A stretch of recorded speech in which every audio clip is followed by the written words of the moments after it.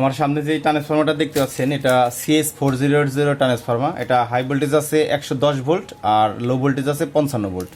মূলত এই ট্রান্সফরমারগুলো যদি আমরা 55 আলাদা করতে যাই একটু ঝামেলা হয়। অনেক ভাইকে দেখি যে CS4080 ভিতরে অন্য সার্কিট লাগাচ্ছেন, কিন্তু যে লো ভোল্টেজটা থাকে 55 ভোল্ট, সেই 55 ভোল্টেজটাকে ডুয়েল যে রেকটিফায়ার থাকে সেই রেকটিফায়ারে প্যারালাল কানেকশন করে 8টা ক্যাপাসিটারকে রান করে দিচ্ছেন। সেই ক্ষেত্রে আপনার কি হবে, আপনার যে এই ট্রান্সফরমারটা যে একটা পারফেক্টলিভাবে আপনাকে অ্যাম্পিয়ার দিবে অথবা একটা সাউন্ডের প্রেশার দিবে সেটা দিবে না। তো এই ক্ষেত্রে যদি আপনি একটু কষ্ট করে এই ট্রান্সফরমারটাকে যদি একটু মডিফাই করে নেন, আপনি 55 আলাদা ডুয়েল সাপ্লাই বের করে নেবেন।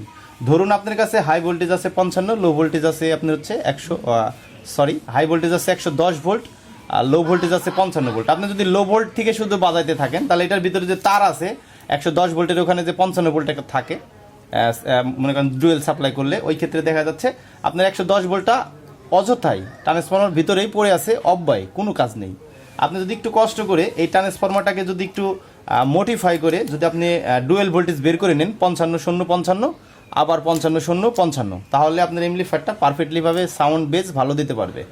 অনেক টেকনিশিয়ান আছে এটা খুলে না, এর যে দেখতে পাচ্ছেন এখানে যে লুক আছে এই গাউনটাকে ঠিক রাখে, লো ভোল্টেজটাকে শুধু রেকটিফায়ারে কানেকশন করে দেয়, 8টা ক্যাপাসিটার দিয়ে দুই পাশ থেকে দেয়। আসলে যদি ওইভাবে কাজ করা যায় তাহলে কি হয়, ধরুন এই ট্রান্সফরমারটা থেকে 15 অ্যাম্পিয়ার 55 ভোল্টে দিচ্ছে, কিন্তু এই 55 ভোল্টে 15 অ্যাম্পিয়ার দিলে আপনি যখন দুই সাইডে ভাগ করে দিবেন তখন তো 7.5 অ্যাম্পিয়ার 8 অ্যাম্পিয়ার করে চলে আসবে। এটা আমি বোঝানোর জন্য বললাম। আর যখন আপনার হাই ভোল্টেজটাকে কেটে ডুয়েল ভোল্টেজ করে নেবেন 55 তাহলে দেখবেন খুব ইজিলিভাবে আপনার এমপ্লিফায়ারের প্রেশারটা অনেক ভালো পাবেন, অ্যাম্পিয়ারটা পারফেক্টলি ভালোভাবে আসবে। আপনি যদি আমার কথা বিশ্বাস নয় একটু ট্রাই করে দেখতে পারেন, অথবা যারা ভালো টেকনিশিয়ান রয়েছে তাদের সাথে আপনি পরামর্শ করে দেখতে পারেন। তো আজকে আমরা এই ট্রান্সফরমারটাকে আপনাদের ভেঙে দেখাবো। আমি অলরেডি কিছু দূর কাটাকাটির কাজ করে নিয়েছি। এই ট্রান্সফরমারটা খুললে আপনারা দেখতে পাবেন এখান থেকে লুক বের হবে 2, 4, 6, 8। এখান থেকে আপনারা 8টা লুক এটা থেকে দেখতে পাবেন। এই 8টাকে আপনাকে তিনটা 6টা লুক করা লাগবে। সেটা কিভাবে করবেন? প্রথম কথা হচ্ছে আপনি যদি মিটার থাকে তাহলে মিটার দিয়ে করতে পারবেন, আর যদি মিটার না থাকে তাহলে সিরিজ কানেকশনের মাধ্যমে আপনি এই কাজটা করতে পারবেন। আমরা দেখতে পাচ্ছি এখানে নিচের দিক থেকে 2টা তার উঠেছে, উপরে যে শেষ হয়েছে, আবার নিচের দিকে 2টা তার শেষ হয়েছে, উপরের দিকে 2টা তার উঠেছে, তাহলে মোট হচ্ছে আমাদের 8টা তার। এই 8টা তারকে আমরা কীভাবে আপনার হচ্ছে একটা এমপ্লিফায়ারের জন্য 55 ডুয়েল ভোল্টেজ করব। প্রথমত আপনারা একটা এসি কট নেবেন, এসি কট নিয়ে অবশ্যই সিরিজ লাইনে দিবেন। এটা হচ্ছে আমাদের এসি লুক, আমরা এটা সংক্ষেপে কি দিলাম, লাইনটা যেন বের না হয়ে যায়। আমরা 100 ওয়াট সিরিজের টেস্ট করব, আপনাদের কাছে 200 ওয়াট থাকলে 200 ওয়াট দিয়ে টেস্ট করতে পারেন। 200 ওয়াটের সিরিজটা আমার ওই পাশে। আমরা এখানে প্রথমত এই যে এসি প্লাগটা আছে এটা আমরা হচ্ছে সিরিজ লাইনে দিয়ে দেবো। 100 ওয়াট হোক 200 ওয়াট আপনারা দিয়ে দিবেন। দিয়ে এখানে তো আপনি যেহেতু মিটার নাই এটা কিভাবে করবেন, এই কানেকশনটা নিয়ে আপনি ঠেকাবেন, দেখবেন যে কোনটাতে আছে। যেরকম যদি এটাতে ঠেকান দেখতে পাচ্ছেন এখানে স্পার করতেছে, তার মানে এই 2টা কয়েলের মাথায় হচ্ছে এক, মনে করেন এখান থেকে শুরু হয়েছে এখানে এসে শেষ হয়েছে, আপনি এই 2টাকে ফাঁক করে রাখলেন, আবার এখান থেকে এই 2টাতে ঠেকাবেন।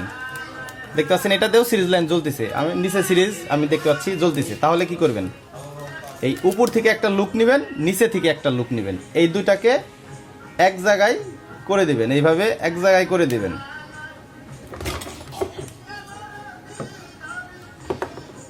এইভাবে প্লাস দিয়ে আপনাদের মন মতন কানেকশনগুলো বের করে নেবেন, এইভাবে এক জায়গায় করে দিবেন।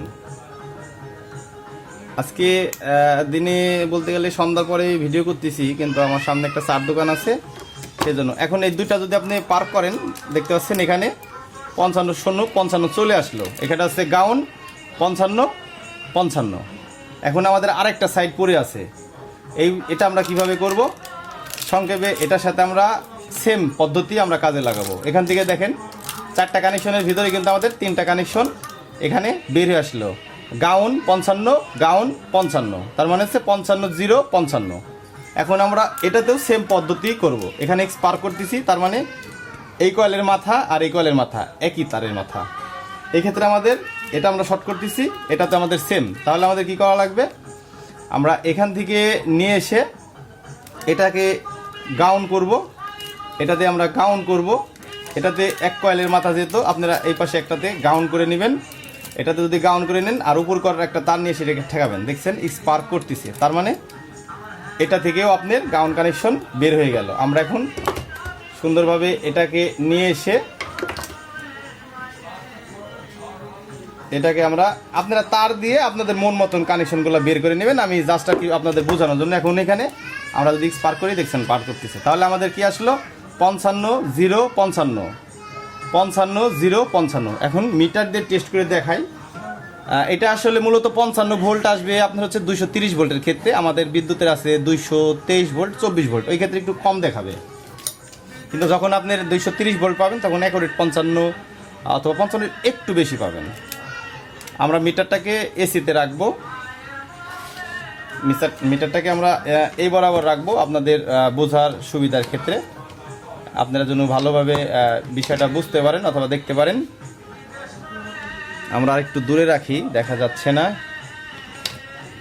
আমরা মিটারটাকে এখানে রাখি, আশা করি দেখতে পাচ্ছেন।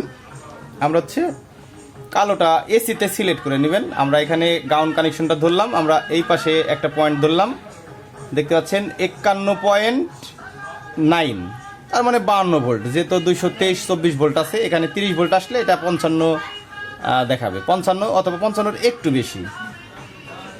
এখানে আছে আপনাদের 51.9। আমরা যদি আরেক পয়েন্টে ধরি, এখানে আসতেছে 51.9, তাহলে আমাদের এটাকে ধরতে পারেন 51 0 51। 230 ভোল্ট আসলে এটা 55 ভোল্ট পারফেক্টলি ভাবে দেয়। আমি এর আগে আমার একটা নিজস্ব ট্রান্সফর্মার করেছি, এটা আমার এক কাস্টমারের আর কি করে দেওয়া লাগবে, সেজন্য করতেছি। এখান থেকে এটাতে আমরা গাউন ধরবো, এখান থেকে আমরা একটা ধরবো, দেখতে পাচ্ছেন 51.9। বিদ্যুতের ভোল্টেজের কারণে 55 দেখাচ্ছে না। এখানে যদি আমরা ধরি 51.9, যদি আমরা দুই মাথায় যদি ধরতে যাই, গাউনটারে যদি আমরা বাদ রাখি, দুই মাথা যদি ধরতে যাই, ওই ক্ষেত্রে 103 ভোল্ট 103 ভোল্ট। আর এই পাশে আপনার হবে 103 ভোল্ট 103 ভোল্ট। আপনারা যদি মনে করেন যে এই CS4080 ট্রান্সফর্মার দিয়ে আপনি ডেল্টার একটা এমপ্লিফায়ার বানাবেন, সেটাও সম্ভব। ডেল্টা সার্কিটের ভিতরে দিলে সেটাও সম্ভব। শুধু এই জিরোটাকে বাদ দিয়ে আপনারা দুই পাশ থেকে নিলে 103 ভোল্ট পেয়ে যাবেন। ডেল্টাতে যেহেতু 108 ভোল্ট 10 ভোল্ট এরকম দেখায়, তো 103 ভোল্ট, তার মানে ডেল্টাতে হেভি পরিমাণে প্রেশার দিতে পারবে, ভালো সাউন্ড কোয়ালিটি আশা করা যায়। এই ট্রান্সফর্মার দিয়েই তৈরি করা যায়। এখন যদি আপনি এই পাশ থেকে এই পাশে পার্ক করেন, দেখতে পাচ্ছেন আসলে ভিডিও করতে লাগলেও ফোনের আসলে মাথা খারাপ হয়ে থাকে। আর আপনারা তো জানেন আমরা অনলাইনে বিজনেস করি, ফোন আসলে বন্ধ করে ভিডিও করা সম্ভব না। আপনাদের প্রয়োজনে আমাদের নক করবেন, এটা স্বাভাবিক। তো এই 4080 ট্রান্সফর্মার দিয়ে আপনি এইভাবে কাজ করতে পারবেন, খুবই সহজ। আপনারা যেই ভুলটা করেন, লো ভোল্টেজটা দিয়ে আপনি শুধু জাস্ট আর কি দুইটা সার্কিটে দিয়ে দেন, ওই ক্ষেত্রে ভালো। এই ট্রান্সফর্মার যে আসলে অ্যাকুরেট একটা অ্যাম্পিয়ারের প্রেশার সার্কিটে দিতে পারবে না, সার্কিট আপনাকে সাউন্ডও দিতে পারবে না, সেই জন্য এইভাবে করে নেবেন। আমার দুইটা এমপ্লিফায়ার আমি সেমভাবে কাজ করতেছি মডিফাই করে। তো দোয়া করবেন, আশা করি এই সিঙ্গেল 55 ভোল্টে 2 সার্কিটকে ভোল্টেজ না দিয়ে এইভাবে করে নিলে প্রেশার অনেক ভালো পাবেন। তো যাই হোক, যদি কোনো জায়গায় বুঝতে ভুল হয় অথবা সমস্যা হয়, অবশ্যই আমাদের কমেন্টে জানাবেন। আর যদি কোনো হেল্প লাগে তাহলে আমাদের যে স্ক্রিনে দেওয়া নাম্বার থাকবে অথবা আমাদের চ্যানেলের যে নাম্বার আছে সেটাতে যোগাযোগ করবেন। সবাই ভালো থাকবেন, সুস্থ থাকবেন, আল্লাহ হাফেজ।